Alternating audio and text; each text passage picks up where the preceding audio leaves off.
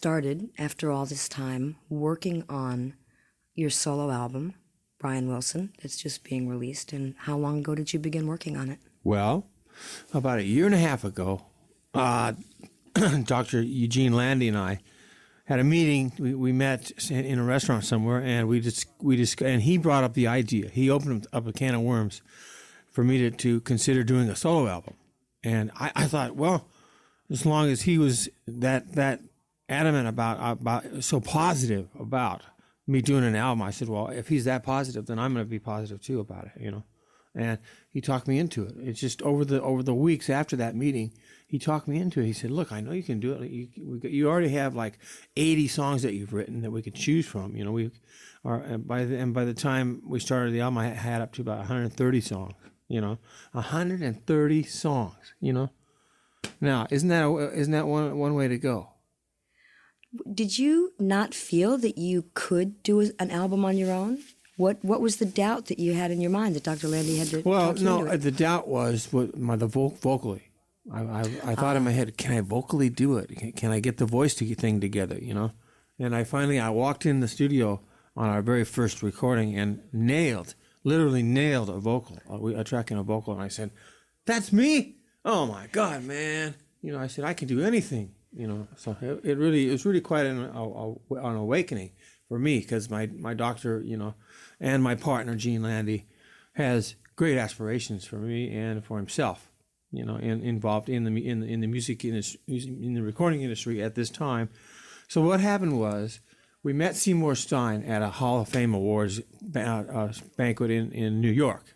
You know about the Hall of Fame? Right. Well, I inducted Lieber Stoller, you know. I mean, if that means anything, they're great. I mean, they're pros. They're all time. And what happened was that we had a deal about a month later after we met Seymour Stein from Sire Records. He said, "Look, I want you on my label. I want you to do your album on my company. Please, can we talk?" We talked. Gene and he carried on conversations, you know, from New York to Los Angeles every fucking morning. Every morning they were on the phone. So finally, what happened? The whole deal was that we decided that we were going to go with Sire. So we made a verbal agreement to go with. We had a verbal contract, right? I have never signed anything with them. It's been all verbal. Okay, now, by the time we had gotten back to Los Angeles, Gene had already had aspirations for Seymour and Andy Paley to come out and listen to my songs, the ones that I've chosen. I played 25 songs for him. But we narrowed it down to 25. Finally, what happened was Seymour was flipped about Love and Mercy. He flipped for it. Melt Away, flipped. He just flipped out. He flipped. He couldn't believe it. He said, I can't believe that. That's really great. So what happened was Seymour said, well, why don't we start recording? You know, why can't we start recording? Gene said, fine, let's go in the studio. Next thing we know, a week later, I was in the studio. You know, like I said, though, when I did the first song, the first vocal, I said, that couldn't be me singing. I said, this is going to be a smash album. The vocals, this is going to be my vocal album, right? Pet Sounds, nothing. This album, really something else. It got going that fast. We wound up on it so fast that I don't know what the heck happened. What happened was, though, I did make an agreement with Dr. Landy, and that agreement was that could we do it at my pace? In other words, not rush it or not go, whoa, I can't stay up with it. You know, I wanted to do it at my pace. So I got my way. We did it at my pace, and it worked out perfect because it was at my pace. It wasn't like, all right, Brian, I want 2 songs today. You know, nothing like that at all. A song a week about the most. Then we went back, and then after we got through the whole, maybe we did 14 cuts on the album. After all 14 cuts, he wanted to go back and start redoing things. He said, no, there's something wrong with that clarinet. No, there's something wrong with the background voices. No, there's something wrong with the bass here. No, you don't even have drums on this song. Why? You know, let's go back in and put drums on. And all the people working for us, Michael Bernard, synthesizer, programmer for synthesizer. Have you ever heard? He is the greatest guy in the world. He's the greatest programmer in the whole world. You know, Lindsey Buckingham from Fleetwood Mac worked with me on. He couldn't get his poor old body to move. Who else? Who else worked with me? Well, tell me about Andy Paley. Now, Andy Paley came over that night with Seymour Stein to my house, right? When I was living on Pacific Coast Highway. And he flipped. He said, you know, these songs are great, Brian. And see, Andy's the A&R man for Sire Records. So that's my company. So obviously he's going to have an interest in me personally, right?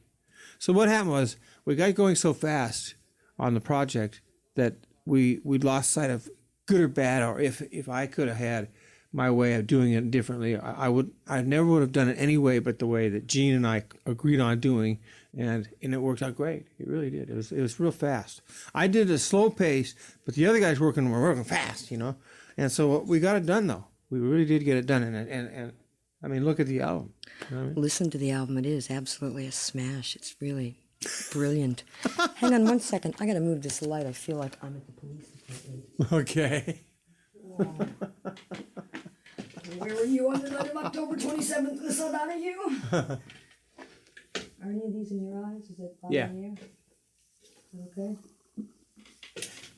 I'm glad you noticed. I would have never figured out what was wrong. Yeah, it's just too bright. I'm trying to keep you. I'm not like, usually in a conversation, if you're just talking, I'd be going, yeah, right, all those things, which Go I'm ahead. not doing. No, because I don't want my voice on the tape. Like, this is when it's produced. Right, you want the main Come on, question to steer me on the right yeah, path. yeah. And you shut up for a while, Yeah, and I blab. okay. And I just blab away. Okay, so we got Andy, Okay. and we've got that. I think I'll hold off on that one. You're much more interesting. We talked about Andy. Do you have a favorite? See if I can sound like a human being here. Do you have a favorite song on the album? One that you're particularly fond of? Wait a minute. Let me do that again. Particularly fond of? Sure, I talk for a living. Do you have a favorite song on the album? One that you're particularly fond of? Or are they all You know, equal? it's, talking about being fond of certain songs on the album. I thought about that, and I have to say "Love and Mercy" because it was the first song we did. And I did it in Honolulu. I did "Love and Mercy" in Honolulu, and we worked with some really bright guys there. And the engineers were very bright, and this one programmer guy was exceedingly intelligent as far as getting a sound on an instrument. Now, when And we who's got that? And who is that? Engineer. The Japanese I'll cut it guy. out. Okay. I know it's on here somewhere. I don't remember all the names yet myself. Should be listed somewhere. Yeah. Yeah, everybody is. Boy, you thank Look for a everyone. Japanese out name there. later if you want. Yeah, I'll look for it. Yeah. The song "Love and Mercy" itself was all done by myself. I did all the background voices. As a matter of fact, I did all the background voices in the whole album. Except for Rio Grande. I think Andy Paley did a couple, but we were. But now, wait a minute. There's one cut where Terrence Trent D'Arby is singing, isn't he? Oh, that's right. On I forget which Walking one the now, Line. too. Walking the Line. Yeah. Walking the line. He was like real gangbusters type of an artist. How'd you get hooked up with him? Were you familiar with his he music? approached Gene. He called Gene. He wanted to Really? get in touch with me and work with me. And I said, Terrence D'Arby wants to work with me? So you knew his music before he called Oh, you? yeah. I heard his Isn't he album. great? Oh, yeah. His album is great. He's really full of energy, Yeah. Well, Good live, too. The deal is that he attempted a vocal and did a vocal with me. But Columbia Records poo-pooed the deal. They messed the deal up. They said, no, we don't want him on record, on anybody's record. So we just kind of put him in the background. And just, Sounds great. yeah, it does. Sounds great. He was fun to work with, too. I'll bet he is. He strikes me that way. I've seen him live a couple of times. And Yeah. just, whew, what energy. Very, Yes. not He's like so much Michael sexy, Jackson. but sensual. Oh, like no, Michael much Jackson. smarter, much Smarter? hipper, much more streetwise, I think. Yeah, He's he like does real seem to be people. that Michael kind of guy, yeah. Jackson is like in fantasy land. He's very special in a different way. Yeah. Terrence Trent D'Arby, I think you could go out to the bar and have a beer with. I don't know about that. No? I don't know. Well, this is just, this is me and observe. I don't expect it ever to happen, but it's just, my feeling for the artist. Let me ask you about that song, Walking the Line, which struck me in two different ways. But there was an ambivalence, it sort of seemed to me, in which it is very much a love song. Every day I'm walking the line for you. But it also,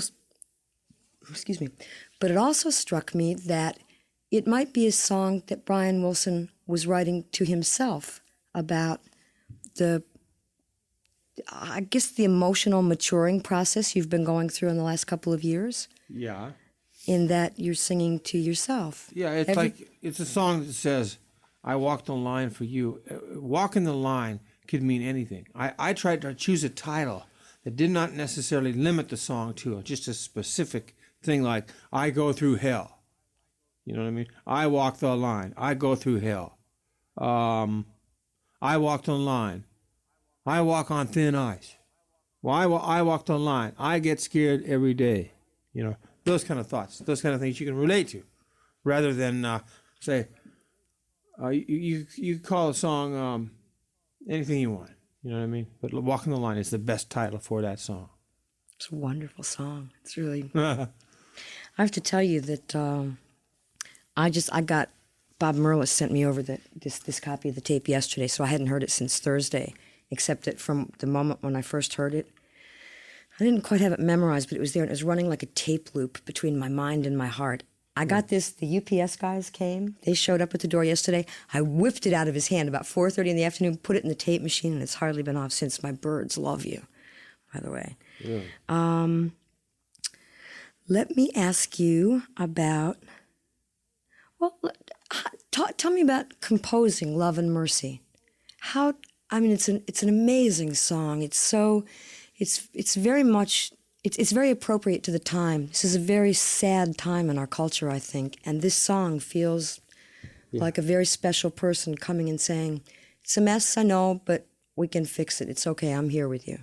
Yeah, it's a personal issue, a personal message. You know what I mean? Rather than an objective. A message that might go out like, let me give you an example of a message. Turn, Turn, Turn by the Byrds. Remember that? Mm-hmm. The Byrds did a song about how there's a time for everything. You know, it's like saying, well, you know, I know it's hard, you know, for you, but if this will help, like there's a time for everything, you know, in its time. You know, that's like Love and Mercy means here is some love and mercy for you. You know what I mean? It's a message, a personal message from me to people. It's not like, you know, a message saying like, well, if you look for love, you'll find it or whatever. It's not any message you want to bring out, you know. Is a message, but it's a personal message between myself and the audience. It works. I told you when I first heard it, the first 3, 5, 6 notes. Yes. I just felt not just hugged like a friend hugs you or a pal. Yeah. It was like one of those really warm, deep hugs you get, like when you're going to melt into somebody. Oh, yeah. I was so amazed. I said, whew, what's happening here? It's very special. Okay, let's run through some songs. Love and Mercy, Walk on the Line. Tell me about Little Children. Little Children. That Little Children was a song that I had written, a melody that I had written years ago, like a long time ago, 10 years ago. And what happened was, I put it into new context. I put it into the context of little children. You know, I said, I want to write a song about kids, you know, because kids are so cute, you know. So I thought, I'll try Little Children. I worked on the lyric, and then Gene threw over some lyrics, and then I threw back to him, and we chewed the rag on it and threw it back. We kind of bounced ideas off each other, you know, and eventually we bounced right into the nitty gritty of the lyric. You know what I mean? Like, which is a very accurate perception of the way a childlike view of the world, the way children think so simply. It rains, you put on your coat, you go stomp in the puddles, and you refer to your daughters in there. Yeah. It's very nice. How'd you know that? David? Because you say their names. That's unbelievable. Carney and Wendy, right? Yeah. That seemed like, have they heard the song yet? They haven't heard it. I bet they're going to smile. It's released tomorrow. Let me ask you about the a cappella piece on the album, which is a heart stopper called One for the Boys. One for the Boys. One for the Boys was suggested to me by Gene, who, when we were in New York, okay? And he came. I was in the bedroom playing the DX7. I rented a DX7 and had an amp, and I was playing it. Got a real nice, pretty sound on it, and I was kind of just drifting with the music, you know? And he goes, I want you to write an a cappella song for the album. A cappella, no instruments, just a cappella. And he goes, here's the lyrics. Now try to write one to these lyrics. And I said, Gene, it doesn't work. He goes, make an a cappella without any words. Just oohs and ahs. So I worked on it for about 10 hours, off and on for the next 3 days, you know? And I was trying to locate a bag that I thought would be befitting for everyone, you know, not just say maybe people in their 40s and 50s that know a lot about the Four Freshmen or by the Highlands or Modern Harmony and something like that, you know. So what happened was I got it together, and it took me a long time. I kept working and working, and I couldn't seem to find a magic formula that worked. You know what I mean? But I finally did, and it worked great. I got it on. We cut it in New York at the Hit Factory recording studio, and it sounded great. Except later on, when we got back to town, back in L.A., Gene and I both agreed that it was flat, that the voices weren't on key in some of the places. It's a funny thing. You can listen and you can hear. You don't hear the flats, you know. And all of a sudden later, you listen, you go, gee, with earphones on, I can hear more, you know, and I can listen to this. Wait a minute, let me listen. Hold it, let me listen to this. Whoa, yeah. And then you start to like it, and it's like, wow, you know. You say, yeah, now I see what's wrong. Then we go into A&M recording studio, and I did it again. No, I did it at Larrabee. Yeah, Larrabee recording studio. We edited it at A&M. They used a Fairlight, an instrument called a Fairlight, and I'm telling you, it corrects. It can correct any note that you sing and put it in the right, place. And it's just Pretty amazing what some of these computerized instruments can do these Yeah. days. A guy named Chris Stamey, who was with a group called the DBs and is now on his own, was in here live with an old DB pal of his, Peter Holsapple, a few weeks ago. And he had an instrument called a photon. Oh, he yeah? plays the guitar. Did you ever hear of it? no. Did you ever hear of this, Kevin? Fucking amazing. He'd play the guitar, and out of the guitar amp, would come an organ, harps, trumpets, whatever sound he had plugged into this How's that photon. possible?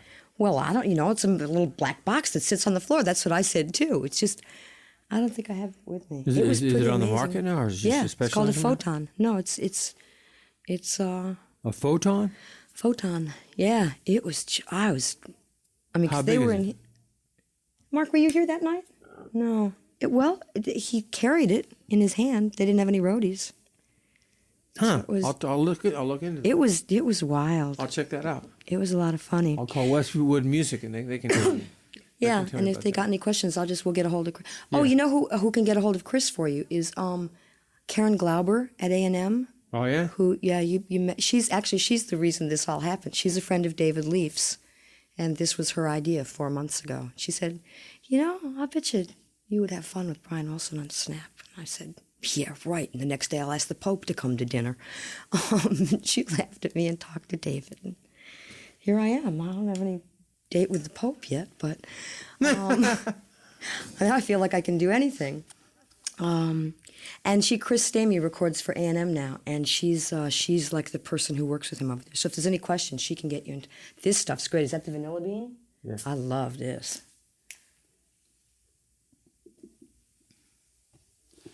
Yeah, nice. Oh, vanilla, Real yeah. clean, yeah. In any event, you have included on this album, actually several. It's like this is an album of hit singles. I hope to have at least 6 singles off it. You got them. I You hope. got them. I'm hoping. Well, Never know. but this is amazing. This is astonishing. I'm totally knocked out. Could be hit And I singles, I looked at him think. and I said, "Whoa." Maybe Let Your Hair Grow Long could be a hit. Let me ask you about here. This song you've written my theme song on this new album, "Nighttime." This is a song for night owls of the world. Are you a night owl or a day person? Day person. Yeah. Oh, no, wait. Did you hear Nighttime? I love nighttime. It's my song. I'm a night owl. Well, all right, then, in that case, it's really one of my very favorites because it's about night. And night is the only time for me. I hate daytime. Daytime is too much, on the eyes. Mm-hmm. You know what I mean? I think nighttime is much better for the eyes. And especially at the beach on the coast, it gets Yes. very bright off the ocean. Yes. I live inside a lot of green shade. Well, you do too, because you're blonde. You're fair-skinned and fair-haired. That sunshine doesn't do us any good. I turn into a lobster. I go out in the sun. Really? Oh, my yeah. God. I don't go in the sun. I get real red real fast. It's bad for me. So, nighttime. Let it shine. That's another one. How did you write that one? Where's the beginning of that? That was written with Jeff Lynne. Jeff Lynne's Electric from Light ELO. Orchestra. Yeah. Yeah. And he just also produced George Harrison's Yes, he most did. recent album, Cloud Nine, which was, phew, what a good one. The single one's #1. Mm-hmm. So Jeff was sitting on cloud nine with it. Jeff was like out of his head. There's only one problem with Jeff. He wore too many shades too much. Sunglasses? Yeah, he wore them. He never took them off. You know, nighttime, daytime, anytime. What's he hiding from? I don't know. But he certainly does produce good music. Yeah, he does. So he produced "Let It Shine." Yes, with me. He co-produced it, and we wrote the lyrics. He already had the song done. Really? Yeah. So he wrote the lyrics and you wrote the music. Yes. Let me ask you about in your song, "I Just Wasn't Made for These Times," Yeah. from back in the old Beach Boys days. Do you imagine that you might have been happier or maybe more comfortable in another time? Oh no. So is this all fantasy It was imagination? a fantasy imagination. Yeah, all the way. So you happy in these times? Oh yeah. The only problem I can see is loneliness. You know, I'm personally lonely inside my head, but not over any one person. It's just that I just suffer from some loneliness. You know what I mean? Yes, I do, actually. 'Cause it sometimes feels lonely. Well, there's that difference between loneliness and solitude. Yeah. I mean, I think there are times when you do feel really alone, because I'm very much a loner myself, and I enjoy the solitude. Mark will tell you I work very hard to keep people away. And just here, this is this cassette that I did. This was my premium in the fun drive. It's only safe at home. This is everybody thought, oh, what a cute title. This is a philosophy. This is a way of life. You get behind the doors and you barricade yourself in there. And you just, it's me and the birds and the garden, and that's it. And I really like that, but then there are the moments when it, and that's the solitude. Yeah. I know what you mean. Yeah, excuse me. Slap this girl into place. With the release of your first solo album, Brian, there's been a flurry of articles in the press referring to your return to the music business. They seem Yes. to make a point of saying the music business. Brian has been away from the music business for 10, Right. 15, 20 years.